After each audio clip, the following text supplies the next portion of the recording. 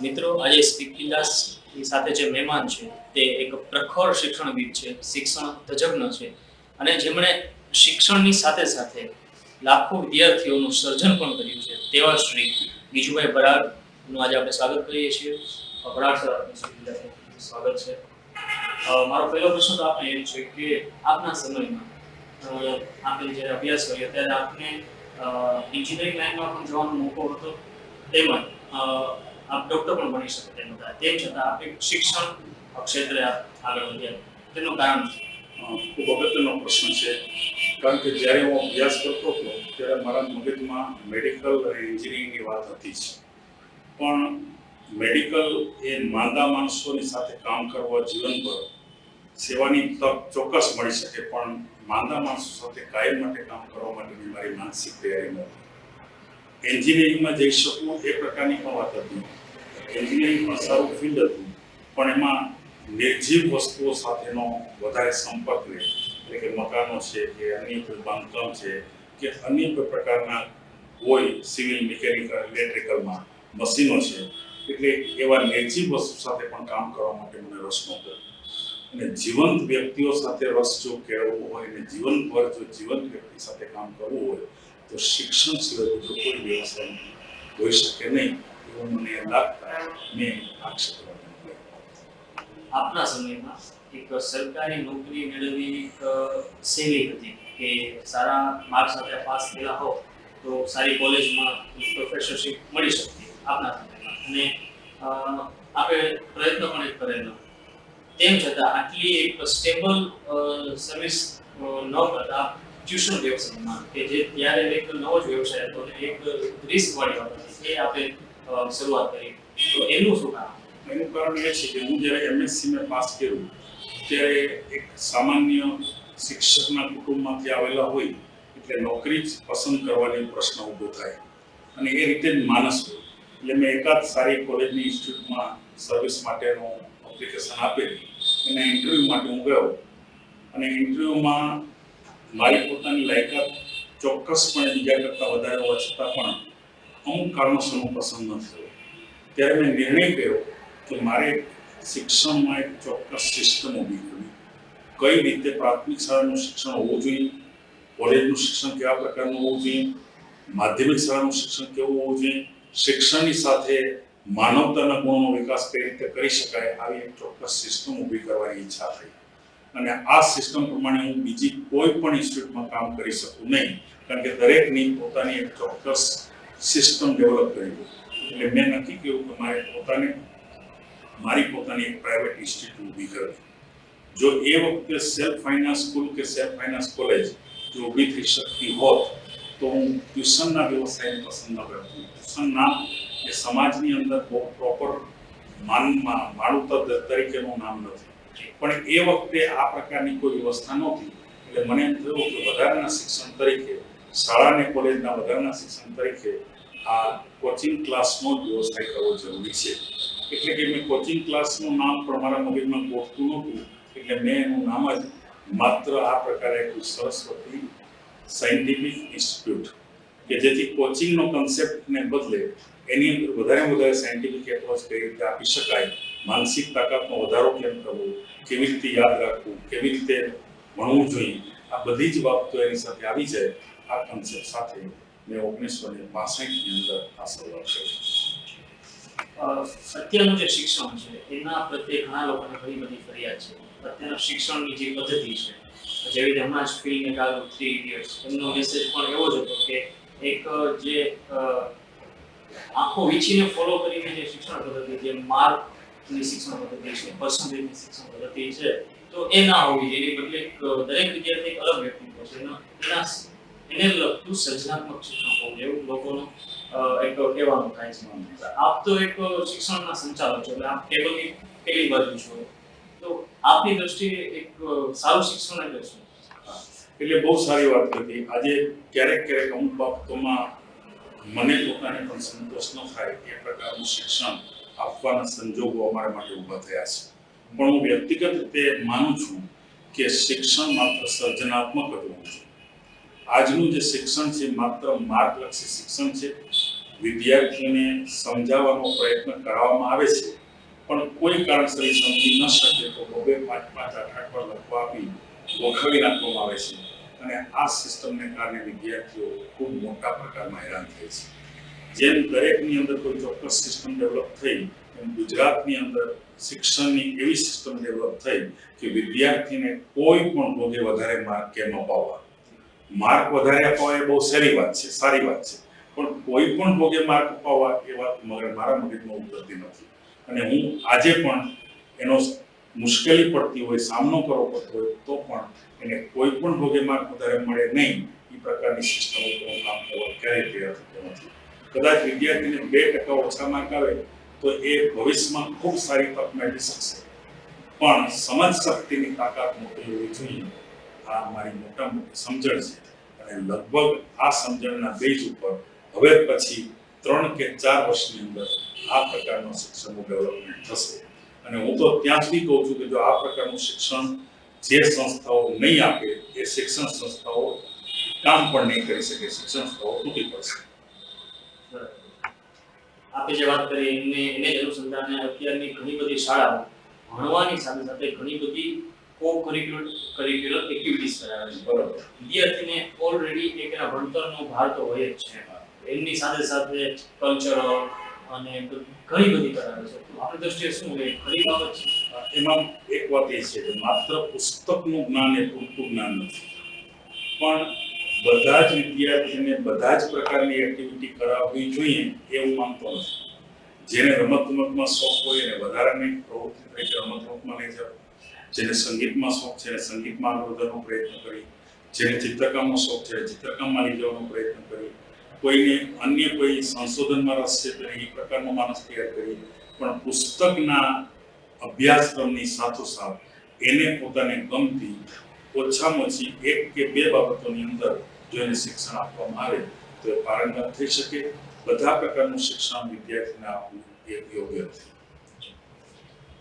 શિક્ષણની જ વાત હમણાં આપણે કરી અને સર્જનાત્મકતાની વાત પણ કરી. તો આપ લાખો વિદ્યાર્થીઓનું શિક્ષણ તો આપી ચૂક્યા છો અને સાથે સાથે અમુક વિદ્યાર્થીઓનું સર્જન પણ આપ કરી ચૂક્યા છો. તો એવા કોઈ 2-3 પ્રસંગો કે જ્યાં વિદ્યાર્થીઓને આપે શિક્ષણની સાથે સર્જનાત્મકતા તરફ વાળી અને તેને આગળ વધારી. મારો પોતાનો મૂળ કન્સેપ્ટ શિક્ષણની અંદર વિષયની અંદર ખૂબ ઊંડાણથી અભ્યાસ કરે એ પ્રકારનો કન્સેપ્ટ રહ્યો. વિષયમાં શક્ય એટલું ઊંડાણમાં જવું જોઈએ. એના અનુસંધાનમાં લગભગ 2 લાખ વિદ્યાર્થીઓને અભ્યાસ કરાવ્યો.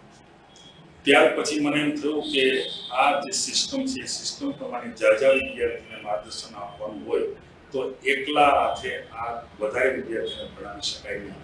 એટલે એના અનુસંધાને મેં લગભગ શિક્ષણની 75 થી 80 જેટલી નવી ટેકનિકો ડેવલપ કરી અને એ ટેકનિકના અનુસંધાનમાં જુદા જુદા પુસ્તકો લખ્યા, સમાજમાં એ પુસ્તકો આપ્યા અને એના અનુસંધાનમાં પ્રવચનો, માર્ગદર્શનો, વર્કશોપો શરૂ કર્યા અને લગભગ ગુજરાત અને ગુજરાતની બહાર 10 લાખ વિદ્યાર્થીઓને આ પ્રકારનું માર્ગદર્શન આપ્યું.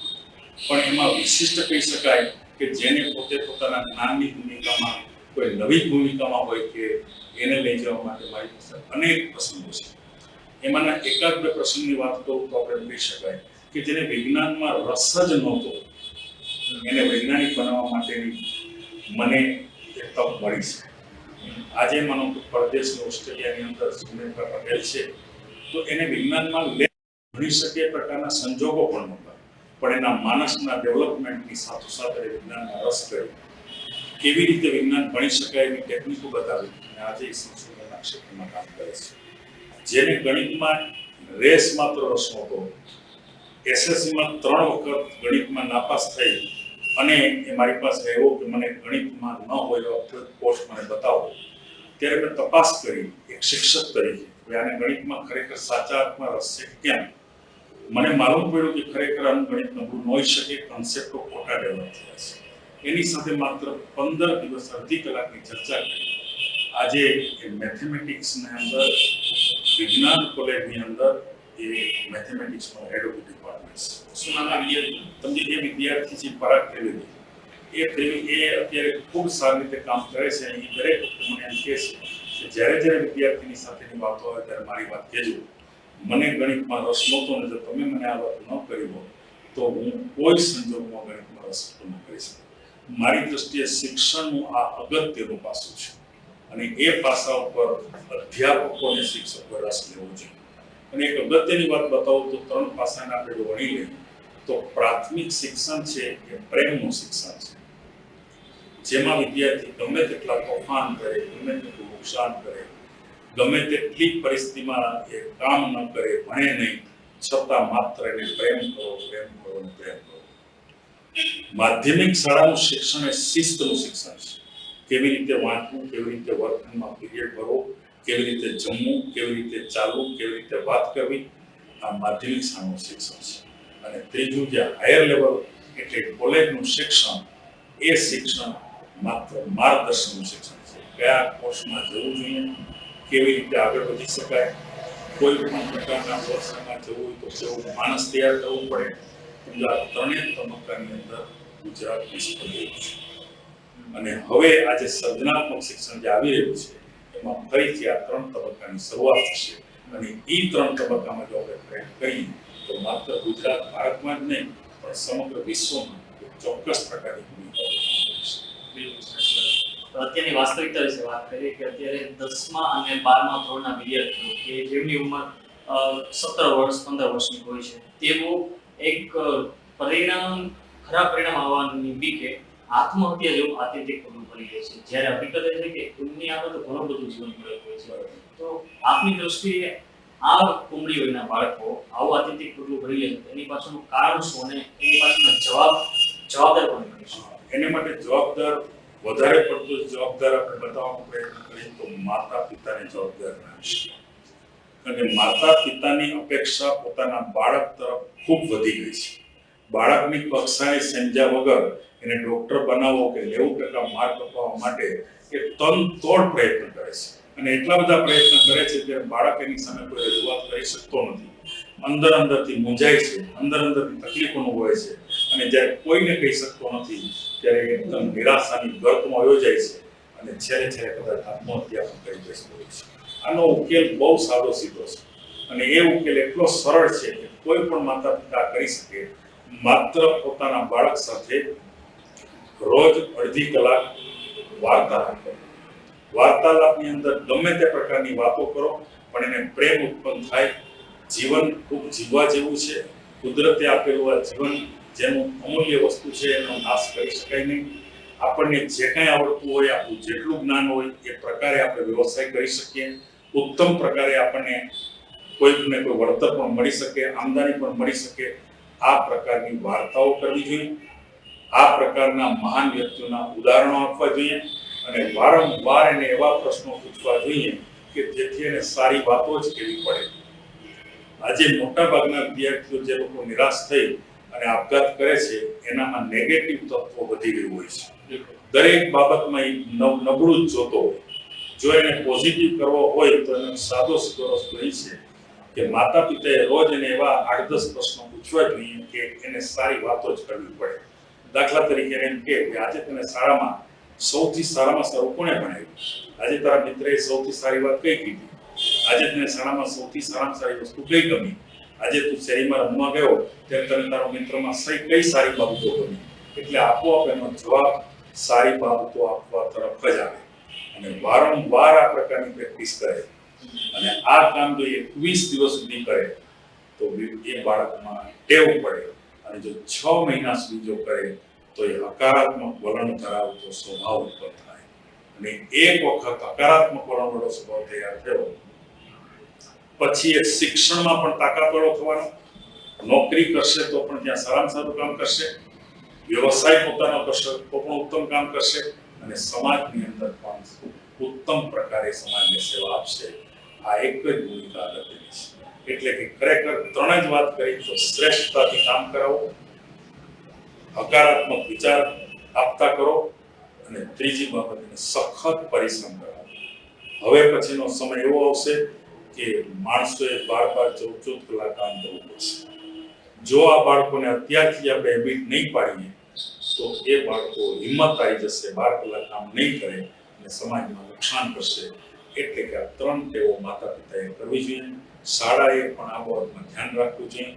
શાળાના શિક્ષકો અને આચાર્ય માતા પિતા સાથેનો સંપર્ક સતત ચાલુ રાખવો જોઈએ અને એને પોઝિટિવ વાતો ઉપર લઈ જવા માટે પ્રયત્ન કરવો જોઈએ અને શ્રદ્ધા બરાબર સર, આપે થોડા સમય પહેલા એક અભિયાન ચલાવેલું જેના અંતર્ગત આપે 1000 જેટલી જગ્યાઓ કે ગામડાઓમાં પુસ્તકોનું દાન કરેલું. તો એ અભિયાનનું નામ જ્ઞાનતુલા અભિયાન જે હતું, તો એ અભિયાન કરવાની પ્રેરણા આપણે કેવી રીતના થઈ અને એ અભિયાન વિશે આપ ટૂંકમાં માહિતી. લગભગ માનો કે 7-8-10 વર્ષ પહેલા મારા મગજમાં એક ચિત્ર હતું કે સમાજને એક સુંદર સારામાં સારું સાહિત્ય આપવું જોઈએ. અત્યારે જે સાહિત્ય મળે છે એનાથી સાચા અર્થમાં પ્રેરણા મળતી નથી, અથવા પ્રેરણા આપેલા લેખો છે એ અંદર કંઈક ગૂંચવાઈ ગયેલા છે એટલે મળતા નથી. એટલે એવા પ્રકારનું સાહિત્ય તૈયાર કરવું કે જેથી ઘરની અંદર આ સાહિત્ય રાખી શકે, બાળકો, યુવાનો, બહેનો આ વાંચે તો એને માટે શું કરવું એ વાત મારા મગજમાં ચાલતી.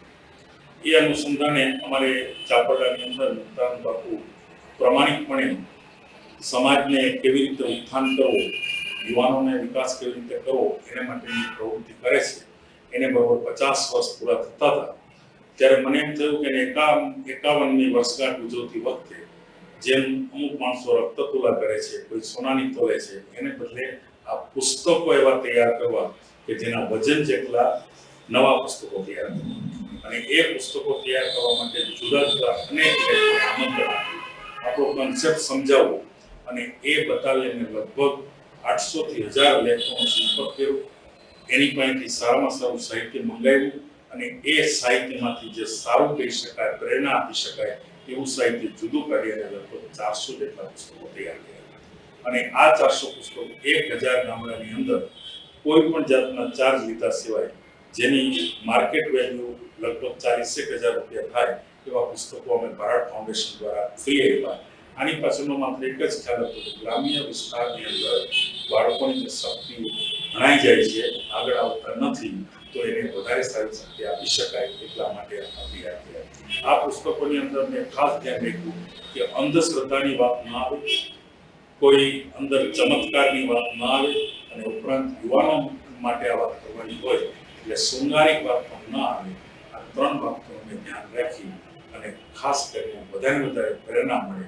પંચતંત્ર, હિતોપદેશ, આજના સમયનું વિજ્ઞાન ક્યાં આગળ વધ્યું છે, મનોવિજ્ઞાનમાં કેવી રીતે સ્વભાવનો વિકાસ કરી શકાય, આપણે આપણી તાકાતને વધારવા માટે મનોબળને મજબૂત કેમ કરવું, આપણો ગુસ્સાવાળો સ્વભાવ તેને કેવી રીતે કાઢવો, આવા તમામ વિભાગો લઈ ખેતી પણ એમાં સમાવેશ કરી લીધો, ઉદ્યોગોના પણ પુસ્તકો લીધા, વ્યવસાય કરવો હોય તો કેવી રીતે આગળ વધી શકાય, સરકાર કેવી રીતે આપણને મદદ કરી શકે, આપણો સ્વભાવ કેવો હોવો જોઈએ, આવા પુસ્તકો એમને પસંદ કર્યા અને જેનો પ્રતિસાદ ખૂબ સારો મળ્યો. આજે લગભગ 1000 ગામમાંથી હજી અમારે 200 ગામમાં આ પુસ્તકો આપવાનું બાકી છે. 1000 સેટ મોકલા છે પણ લગભગ 3 થી 4000 ગામ અમે કવર કર્યા છે અને હજી 200 સેટ અમે મોકલી અને 600 થી 700 ગામ અમે કવર કરશું. એક સેટ 3-4 ગામની વચ્ચે આપી છે એટલે એ લોકો વધારે સારી રીતે કામ કરે છે. દર 2 મહિને રિપોર્ટ મોકલે છે અને ઘરે ઘરે જઈ અને યુવાનો પુસ્તકો વંચાવે છે.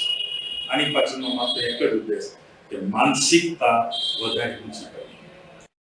જતા જતા અમારા જે વિદ્યાર્થી મિત્રો છે કે જેઓ પ્રાથમિક શાળામાં હોય, માધ્યમિક શાળામાં હોય કે પછી કોલેજમાં અભ્યાસ કરતા હોય, એક વિદ્યાર્થી છે, તો એમને આપના સૂચનો શું હોઈ શકે કે જે એ નિરાતે એમનું શિક્ષણ પૂરું કરે અને સાથે સાથે સર્જનાત્મકતા એમનામાં જે રહેલી છે એમને પણ એક દિશા આપી શકે, કેવી રીતના આગળ વધે? એ યુવાનોને મારે એક જ વાત ખાસ કહેવાની છે કે ઓલવેઝ બી પોઝિટિવ, હંમેશા કાયમ માટે પોઝિટિવ રહો.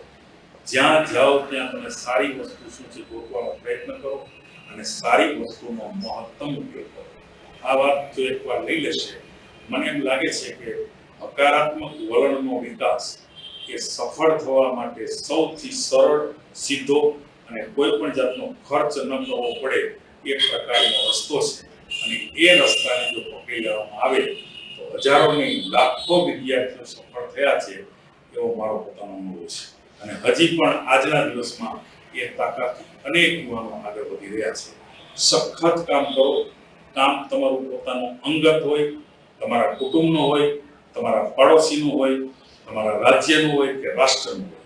કામ કરો એ પોટેન્શિયાલિટી છે અને અને એ પોટેન્શિયાલિટી જેટલી વધશે એટલી આપણું રાષ્ટ્ર સમૃદ્ધ થશે અને આપણે